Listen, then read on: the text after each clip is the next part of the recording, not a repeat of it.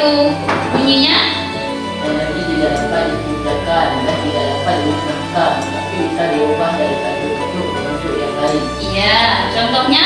Energi listrik berubah menjadi energi berat seperti kipas angin. Ya, bagus. Selain itu, ada lampu yang berubah menjadi energi apa? Cahaya. Ya. Jadi sumber energi yang kita pakai itu berasal dari mana? Iya, bagus, dari fosil. Jadi energi fosil itu merupakan energi yang tak terbarukan. Yang keterbatasan energi dari minyak dan gas perlu dijawab dengan sumber energi baru. Jika tidak ada penemuan ladang baru untuk komoditas minyak dan gas bumi, cadangan dua jenis energi ini akan menipis dalam waktu dekat. Pada 2030 diperkirakan Indonesia akan mengimpor minyak secara neto sekitar 540 juta barel per tahun atau 1,5 juta barel per hari. Indonesia juga akan mengalami penurunan produksi gas dan diprediksi menjadi importir gas sepenuhnya pada 2025. Komoditas batu bara yang diperkirakan masih akan bertahan hingga lebih dari 60 tahun pun terindikasi akan berkurang cepat seiring perkembangan Indonesia. Membahayakan ketahanan energi Indonesia. Salah satu alasan tingkat ketergantungan Indonesia terhadap energi fosil sangat besar. Indonesia mulai mengalami defisit neraca minyak sejak 2003 dan kian melebar setiap tahunnya.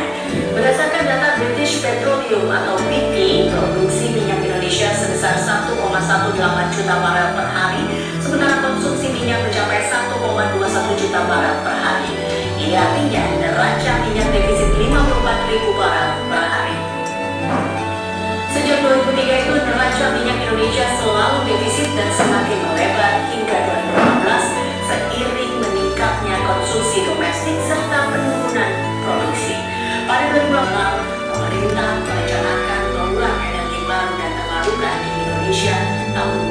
Saat ini pemanfaatan energi terbarukan di Indonesia masih sekitar 9%. Mayoritas masih bersumber dari sumber energi fosil dengan proporsi minyak bumi 32% dan gas 28% dan batu bara 32%. Ini tentu jadi tantangan bagi Indonesia yang tahun ini berusia 75 tahun. Ya, sudah selesai videonya? Sudah. Ada yang mau maju ke depan? Ya, silakan. Menurut Saiful Akbar, katanya sana ya. Apa yang bisa Saiful Akbar simpulkan dari video tadi?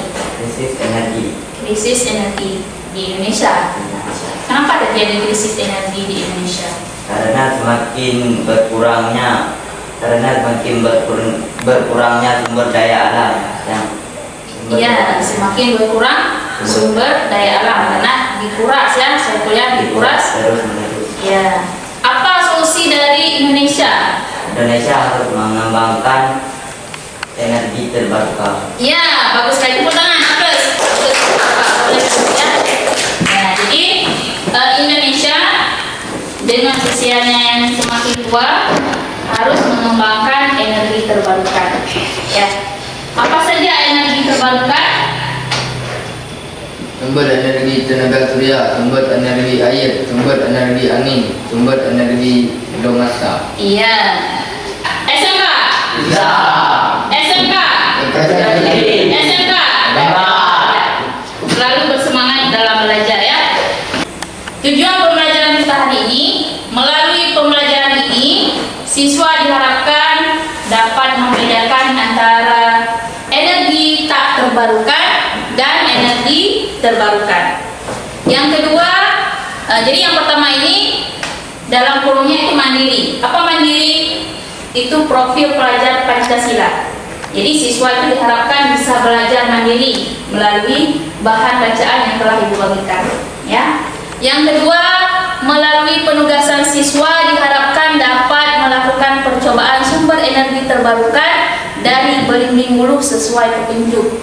Jadi di sini dituntut kreativitas, ya, kreativitas bagaimana kita bisa merangkai, nanti bisa membaca skala di multimeternya. Kemudian tujuan yang ketiga, melalui diskusi kelompok siswa diharapkan dapat menentukan belimbing hulu dengan tepat. Nah, di sini diharapkan kerjasama. Jadi semua kelompok bekerja sama dengan teman-temannya, semuanya bekerja, tidak ada yang tidak bekerja. Itu tujuan pembelajaran kita pada hari ini. Baik, selanjutnya kita akan menyaksikan orientasi masalah kita pada hari ini sebelum kita melakukan percobaan.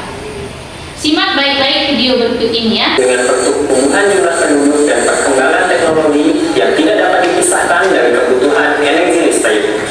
Saya ulang ya. Fungsi energi fosil di Indonesia terus meningkat seiring dengan pertumbuhan jumlah penduduk dan perkembangan teknologi yang tidak dapat dipisahkan dari kebutuhan energi listrik. Namun, keberadaan energi listrik belum sepenuhnya teralirkan di seluruh wilayah Indonesia. Perusahaan Listrik Negara atau PLN menyatakan hingga saat ini terdapat 2.500 desa yang belum teraliri listrik, terutama di pulau-pulau kecil dan terpencil yang sulit dijangkau. Pada tahun 2010, Kementerian ESDM atau Energi dan Sumber Daya Mineral mencanangkan program Pulau Ikonis Energi Terbarukan. Program ini bertujuan menyediakan akses energi bagi masyarakat yang tinggal di pulau berukuran kecil dan sedang di Indonesia. Sumber energi terbarukan menurut Undang-Undang Nomor 30 Tahun 2007 tentang energi dapat bersumber dari bioenergi berupa biomasa. Sedangkan biomasa sendiri adalah jumlah bahan hidup yang terdapat di dalam satu atau beberapa jenis organisme yang berada di dalam habitat tertentu. Biomasa hutan secara nyata dapat menghasilkan energi panas, tenaga listrik, dan bahan bakar sebagai sumber pembangkit listrik, khususnya di daerah terpencil yang belum teraliri listrik. Karena pemanfaatan biomasa sebagai sumber energi memiliki potensi yang bagus, sebagaimana diutarakan oleh Dewan Energi Nasional, bahwa Indonesia memiliki potensi energi baru dan terbarukan dari biomasa yang cukup besar, yaitu sekitar 503 watt energi. Ya, sudah saksikan videonya? Ya. Ada yang mau ke depan apa yang telah Anda saksikan video tersebut? Ya, bagus. Ya, menurut apa yang telah Anda saksikan? Indonesia mengembangkan energi terbaru dari biomasa. Ya, Indonesia mengembangkan energi terbaru dari biomasa. Ya, kenapa harus biomasa? Karena Indonesia memiliki perkebunan yang luas. Ya, bagus. Tepuk tangan teman kita berdua. Ya. Jadi sesuai dengan video yang kita saksikan tadi, masih banyak desa-desa yang tidak teraliri aliran listrik. Akan melakukan percobaan tentang sumber energi terbarukan yang ada di lingkungan kita. Ya, ini apa namanya? Ya, belimbing hulu. Ya. Jadi kita akan melakukan percobaannya. Sebelumnya sudah duduk per kelompok semuanya? Ya. Sudah. Tolong bagikan ini satu kelompok 2 LKPD ya. Tolong bagikan. Jadi alat dan bahan yang perlu kita sediakan hari ini, yang pertama tentu belimbing hulu yang sudah kita blender, ya, kita haluskan, kita masukkan ke dalam wadah. Kemudian apa ini? Ya, tembaga, kawat ketembaga, kemudian seng. Selanjutnya yang kita perlukan lagi yaitu kabel penjepit buaya. Kemudian ini ada multimeter. Selanjutnya timbangan untuk mengukur lautan belimbing hulu yang akan kita gunakan. Sejauh ini ada pertanyaan? Ada. Ya, silakan. Apa saja yang perlu kita ukur, Bu, dengan multimeter? Ya, jadi multimeter ini kita nanti akan mengukur tegangan. Ya, tegangan. Kemudian kita akan mengukur lagi arus listrik yang ada di dalam belimbing hulu ini. Bekerja sesuai dengan prosedur yang ada di LKPD. Silakan.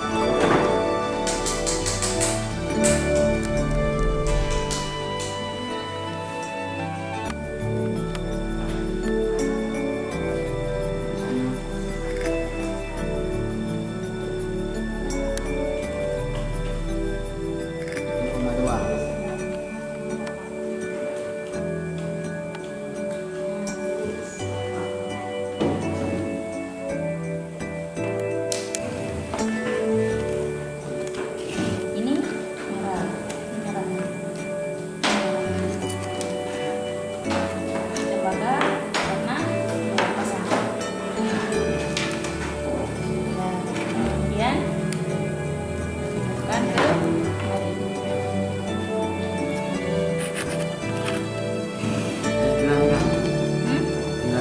Keluar merah ya. Berarti di sini merah. Coba. Coba. Ya, ini mana pasang? Pasang.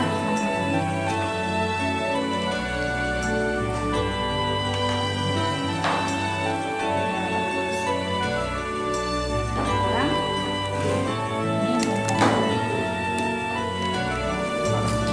dapat di sini.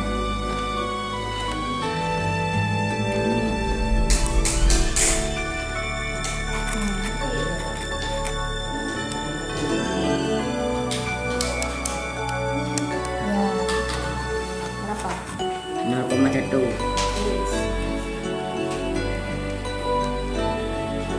Yang harus. Sekarang harus.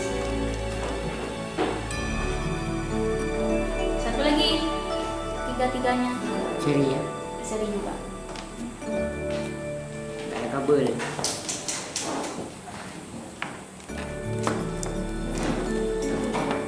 Sekarang hubungkan ke seri ya. Seri.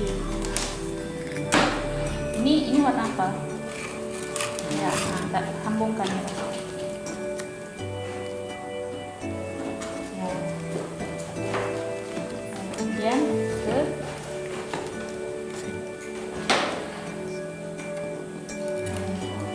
kemudian buat coba baca berapa skalanya.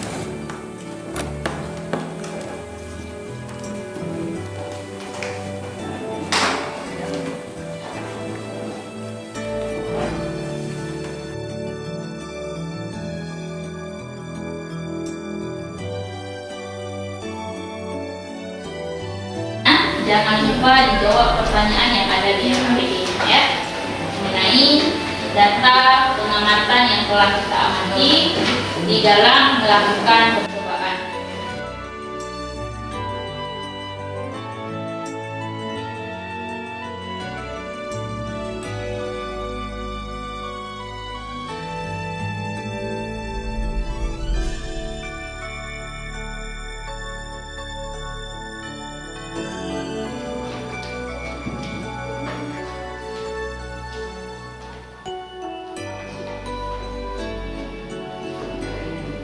Ya, di sana.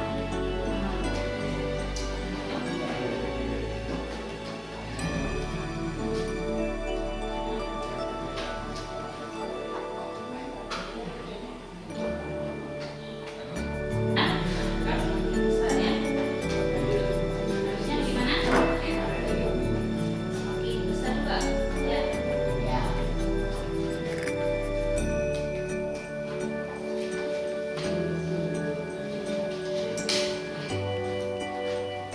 Berarti buat kan? Ya. Kita tunggu kawan kita. Setelah itu satu kelompok akan presentasi ke depan kelas ya.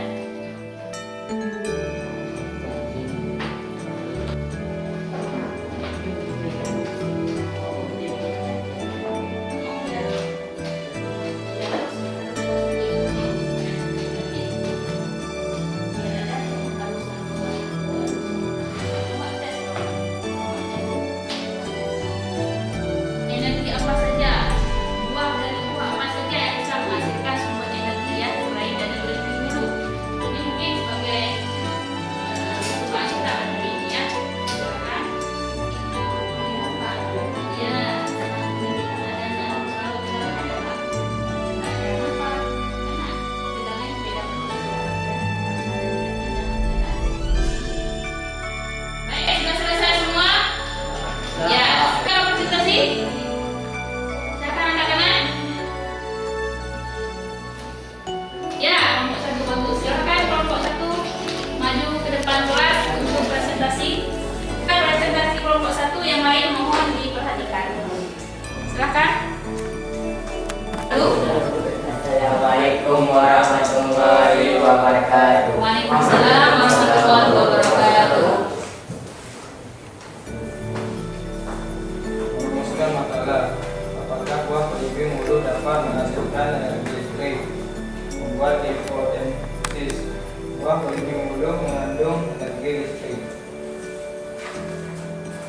hasil pengamatan. Apa yang mempengaruhi besar kecilnya beda potensial, beda percobaan di atas. Semakin banyak larutan berlebih dulu, semakin besar tegangannya. Rata-rata tegangannya volt 0,66 volt.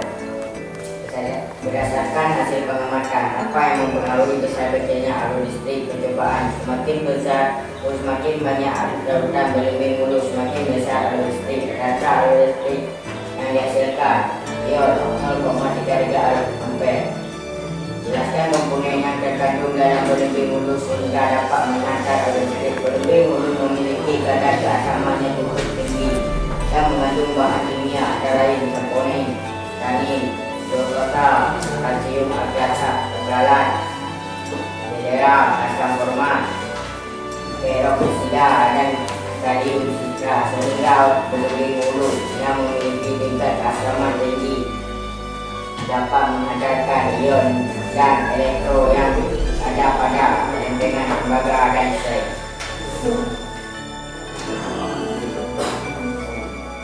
Ada pertanyaan teman-teman? Ada. Ya, silakan. Jika belimbing hulu bisa mengantarkan arus listrik, kenapa tidak dijadikan sebagai sumber energi di Indonesia? Ya, silakan jawab kelompok 1 pertanyaan dari kelompok 2. Ya, silakan kelompok 1. Meskipun dapat menghasilkan listrik pada belimbing hulu, namun hal ini belum mampu digunakan sebagai energi elektrik alternatif karena energi listrik yang ada pada belimbing hulu tidak bertahan lama. Namun melalui percobaan ini kita dapat mengetahui adanya arus listrik dan daya listrik dalam belimbing hulu sehingga diharap dapat memberi inspirasi dalam mencari energi alternatif. Ada lagi pertanyaan? Ya, sudah paham kelompok 2? Ya. Paham ya? Kalau nggak ada lagi pertanyaan, ada lagi pertanyaan kelompok 1, kelompok 2, kelompok 3? Nggak ada ya, silakan simpulkan ya kelompok 1, silakan. Aliran yang ada pada belimbing hulu dapat menghantarkan arus listrik dengan listrik sedang dan volta karena mengandung senyawa alam kuat yang dapat menghasilkan ion positif, ion dan ion negatif, anion. Semakin banyak larutan belimbing hulu digunakan, semakin besar pula tegangan yang dihasilkan. Energi alternatif yang dihasilkan belimbing hulu belum mampu digunakan sebagai energi alternatif. Rata-rata tegangan yang dihasilkan oleh belimbing hulu semakin besar dibandingkan dengan tegangan dari material. Ya, sudah selesai? Ya, sekian dari kami. Assalamualaikum warahmatullahi wabarakatuh. Waalaikumsalam warahmatullahi wabarakatuh. Ya, dari atas kepada kelompok 1 ya. Sudah biasa penampilan kelompok 1. Sekarang siapa lagi yang mau maju ke depan? Ya, bagus. Kelompok 2, silakan. Assalamualaikum warahmatullahi wabarakatuh. Waalaikumsalam warahmatullahi wabarakatuh. Kami dari kelompok 2 ingin mempresentasikan nama saya Enfer Polakar Ya. dan ini namanya Muklis Ya, dan ini namanya? Syaibu Firdaus dan sebelahnya Al-Kosa. Ya, bagus. Silakan lanjut. Merumuskan masalah, apakah buah belimbing hulu dapat menghasilkan energi listrik? Membuat hipotesis, buah belimbing hulu mengandung energi listrik. Hasil pengamatan kami, gelas 1 menghasilkan 200 gram, menghasilkan tegangan 0,6 volt, menghasilkan arus 0,32 ampere. Ya. Gelas 2 menghasilkan 200 gram, menghasilkan tegangan 0,7 volt, menghasilkan arus 0,33 ampere. Gelas 3 menghasilkan 200 gram, menghasilkan tegangan 0,8 volt dan menghasilkan arus 0,34 ampere.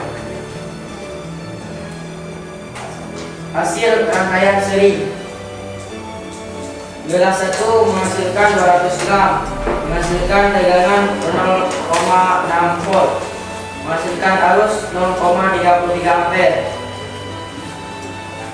2 gelas menghasilkan 400 gram, menghasilkan 1,2 volt, menghasilkan arus 0,52 ampere.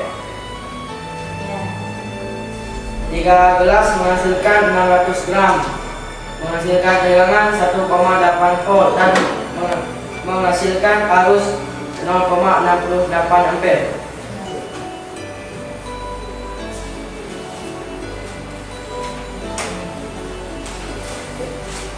Berdasarkan hasil pengamatan, apa yang mempengaruhi besar kecilnya beda potensial pada percobaan di atas? Semakin banyak larutan belimbing hulu, semakin besar tegangan yang dihasilkan. Rata-rata tegangan V 0,66 volt.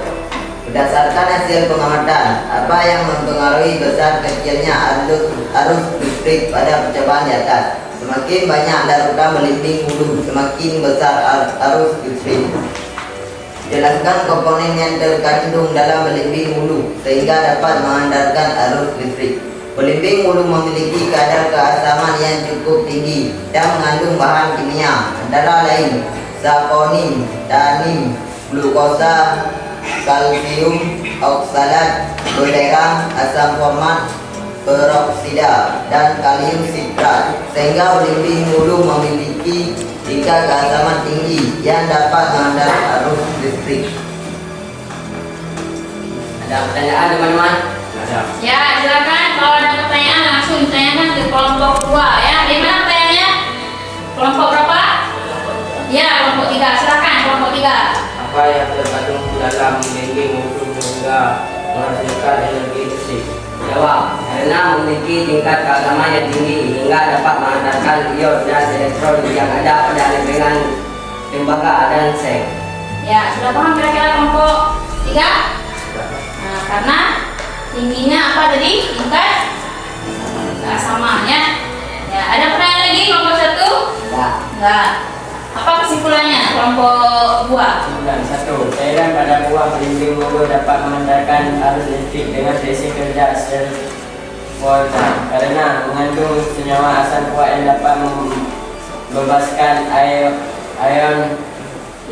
ion positif dan ion negatif. 2. Semakin banyak larutan belimbing hulu, semakin besar tenaga dan arus yang dihasilkan. Energi alternatif yang dihasilkan dari belimbing hulu belum mampu digunakan sebagai energi alternatif dalam skala besar. Sudah? Sudah. Sekarang tutup. Ya. Sekian dari kami. Assalamualaikum warahmatullahi wabarakatuh. Waalaikumsalam warahmatullahi wabarakatuh. Ya, beri tepuk tangan kepada kelompok 2 yang telah mempresentasikan hasil pengamatannya ya. Sudah, jadi kita sudah menyaksikan ya kedua kelompok dalam mempresentasikan hasil pengamatannya. Nah, sekarang coba kita simpulkan. Kelompok mana yang menyimpulkan? Ya, kelompok 3 ya. Ya, silakan kelompok 3. Energi yang tak terbarukan adalah energi yang diambil dari sumber yang hanya tersedia di alam dan tidak dapat diregenerasi. Contoh, minyak bumi, gas alam, batu bara, dan lain-lain. 2. Energi terbarukan adalah energi yang dapat diperbaharui dalam waktu relatif cepat. Contoh, sumber energi dari matahari, sumber energi dari air dan angin. 3. Energi alternatif yang dihasilkan belimbing hulu belum mampu digunakan sebagai energi alternatif dalam skala besar. 4. Pusat tegangan yang dihasilkan oleh belimbing hulu masih kecil jika dibandingkan dengan tegangan dari baterai. 5. Dari percobaan ini, kita sebagai generasi muda mendapat inspirasi dalam mencari energi alternatif.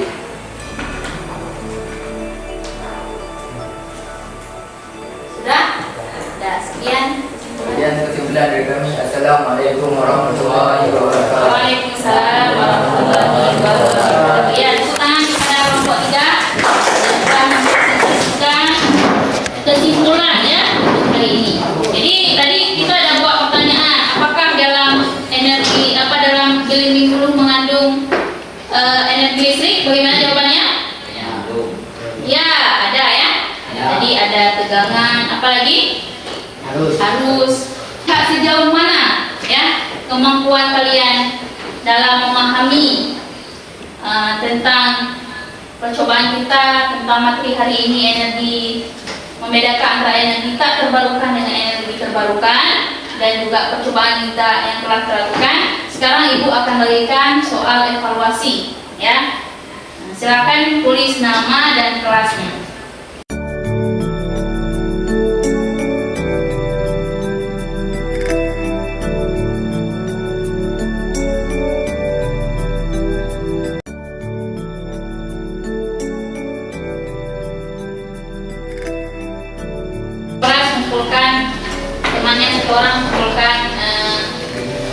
evaluasi.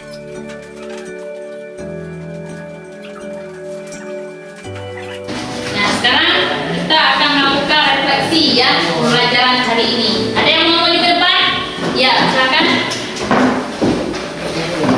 Buat orang Malaysia, ini bacaan satu ya. Ya, semangat kali untuk refleksi hari ini ya. Bagaimana? Suka nggak belajar hari ini? Jadi, menurut Wahyu, biasanya kalau belajar fisika sering teori Wahyu ya. Ya, hari ini teori dapat dan kita langsung bisa menyaksikan apa? Sumbernya ya, sumber energi. Saya merasa sangat senang belajar hari ini karena mendapat ilmu baru tentang energi terbarukan yang ada di sekitar saya. Saya berharap bisa melakukan percobaan ini sendiri dengan aneka buah yang lain. Ya, pada tempat kita pada hari ini, mari sama-sama kita membaca Ummul Quran Al-Fatihah dan pembelajaran kita pada hari ini. Mudah-mudahan apa yang telah kita pelajari mendapat ilmu yang bermanfaat. Dan Assalamualaikum warahmatullahi wabarakatuh.